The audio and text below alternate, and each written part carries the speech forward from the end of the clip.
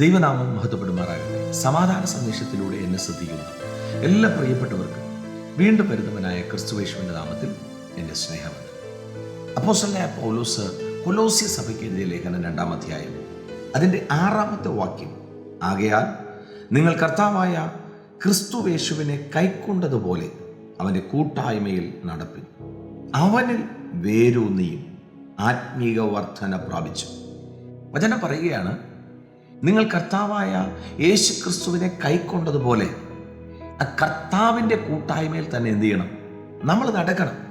അടുത്തൊന്നുകൂടെ പറയാണ്, നിങ്ങൾ അവനിൽ വേരൂന്നണം, ക്രിസ്തുവിൽ വേരൂന്നണം എന്ന് കൊലോസ്യ സഭയോട് ആത്മാവ് സംസാരിക്കുകയാണ്.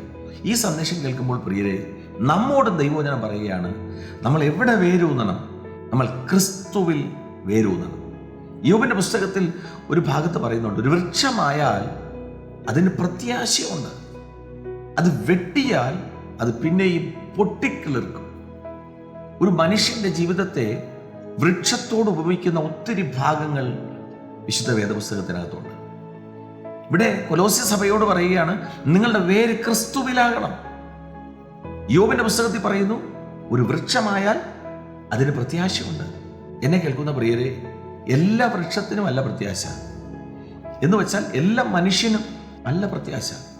ക്രിസ്തുവിൽ വേരൂന്നി നിൽക്കുന്ന ഒരു മനുഷ്യന് പ്രത്യാശയുണ്ട്. ആ മനുഷ്യനെ കുറിച്ച് പറയുകയാണ്, വേര് ക്രിസ്തുവിലാണെങ്കിൽ നിന്നെ വെട്ടിയാൽ നീ പിന്നെയും പൊട്ടിക്കിളറും. കാരണം എന്തുവാണ്?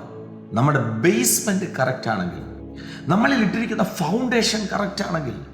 അതാണ് യേശു കർത്താവ് ഒരു ഭാഗത്ത് പറഞ്ഞത്, നിങ്ങൾ പാറമേൽ അടിസ്ഥാനമിട്ട് വീട് പണിയുന്ന ബുദ്ധിയുള്ള മനുഷ്യനെ പോലെ ആയിരിക്കണം.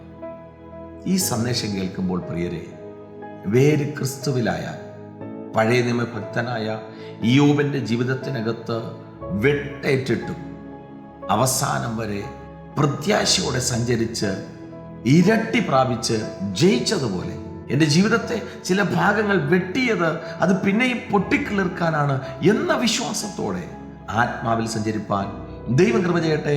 വിശ്വസിക്കുക, പ്രാർത്ഥിക്കുക. ദൈവം വിശ്വസ്തൻ. God bless U.